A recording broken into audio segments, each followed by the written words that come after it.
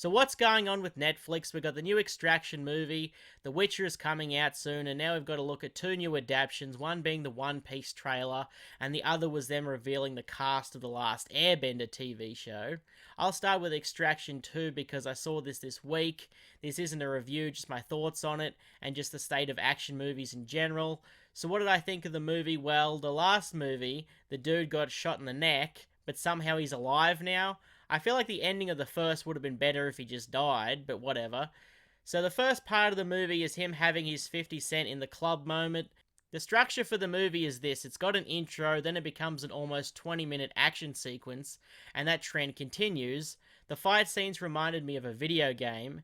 There's a prison fight scene where he fights off like 100 dudes as if they were a bunch of zombies. Then there's cars exploding, helicopters blowing up, miniguns on trains. All of this action is, I think, a step up from the first. Then there's a short, almost ad break where they're talking before it goes into another long action sequence, which seems to be the theme of this movie. I don't know if it needed to be 2 hours long, but for an action movie, you do get your money's worth. It doesn't feel long, and other than the opening, it doesn't feel slow because there's a bunch of pretty insane action sequences. The entire movie almost feels like a video game. I will say it's funny to hear the Aussie accent in an action movie. I don't know, maybe that's just me. The accent is pretty thick, as it was in the first. The movie has a satisfying showdown as well at the end, and it is clearly setting up for a third entry. Generally, trilogies suck, but I think that they can get it right as long as they keep this formula.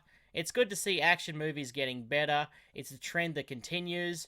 We've got the John Wick movies, but that's just one series. And when it's everyone being able to put out quality shit, that's when you know that action movies are actually back. So Netflix got a W after giving us an L with the new payment system. Then we got to look at the third and possibly final season of The Witcher, for some anyway. It's coming in like a week, the 29th of June. This will be the last season with Henry Cavill in it, which is why I say that this will be the final season for some. Liam Hemsworth will be taking over the role. We haven't yet seen how successful the boycott is, and yet we probably won't until the next season because people are pissed off that Cavill won't be there, so they'll have to watch this one and then that'll be it. I like the little snippet that we got for this new season, showing what looked like a good fight sequence as well as showing off the effects, which have gotten better as the show has progressed. I think it'll be good. I'm not boycotting the show after this season. I want to see what Hemsworth is able to do in the role. He won't be better than Cavill, but maybe his performance will at least be serviceable. Obviously, I'm not happy that they got rid of what was essentially the glue that kept this show together, but I am invested in the show now, so I want to see where it goes. I wouldn't be surprised if the chemistry is a little off on screen, but I guess we'll have to wait and see, at least the viewers who are actually going to stick around and watch anyway. So this is probably the biggest news. We've got confirmation of a bunch of actors that are going to be in the new Last Airbender adaptation, the live-action TV show that Netflix is putting out, most of which looks good. It's clear, though, that from the One Piece trailer, some things just don't translate to live action with effects. Like, some things look good when animated or drawn, that just look fucking weird when you see that when it's supposed to be real. Oh my God!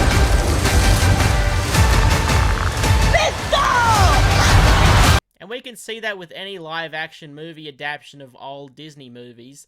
There's a beauty to the character movements, it's fluid, and it just can't be replicated in live action.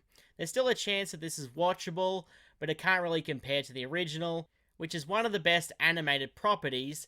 It could still be good in its own right, but really, animated properties should just stay as animated properties. This has been proven time and time again, but for some reason they keep trying to make these adaptations.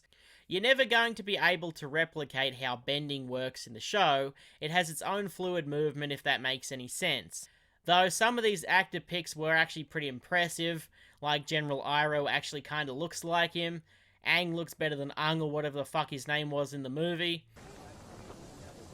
My name is Ung. And I'm the Avatar. Some places are just going to look better how you would imagine them looking in real life. Kinda like the Fire Nation when that comes into the show later on. It does seem like it would have some money behind it, so if any of these properties could actually work as live action, it would probably be this one. My prediction is that it'll be at least watchable, but it's not going to be anything comparable to the original, and because of that, people are just going to overlook it. Anyone saying it's worse than the movie, though, is just a liar. There's no way it could be any worse than that. M. Night Shyamalan is always trying to look for a new twist, and the twist with that movie was that it was bad.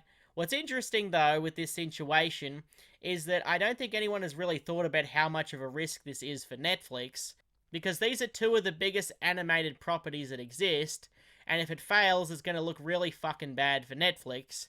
Two of the biggest shows ever being reimagined and failing in a row. Imagine pissing off two of the most annoying fan bases at once. And it's not like Netflix has a reputation for making good live action adaptations. I mean, look at Cowboy Bebop plus the Death Note movie, which I heard was so bad that I'll never watch it.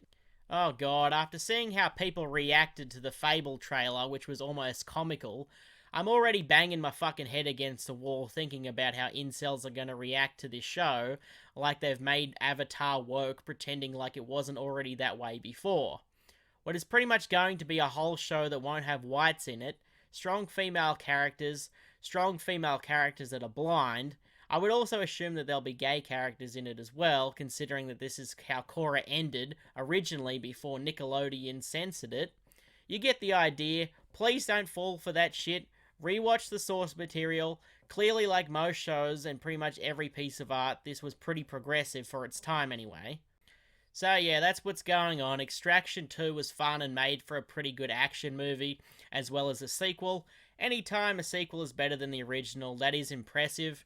And I've got mixed feelings on these two new Netflix adaptations, as they can get it right with animation, but not with live action. So I don't really have high hopes for these two, but who knows, maybe I'm wrong. Anyway, you can piss off now. Get out of here.